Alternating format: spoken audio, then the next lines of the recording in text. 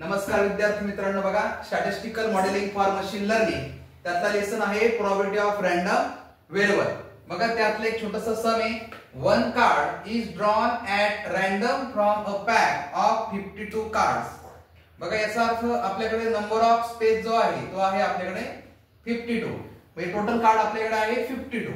What is the probability that is a king or queen. मग इथे लक्षात घ्या, आता पूर्ण पॅक मध्ये बघायला गेलं तर आपल्याकडे किंग आणि क्वीन किती असतात। बघा आपल्याकडे 4 किंग आहे आणि 4 क्वीन आहे।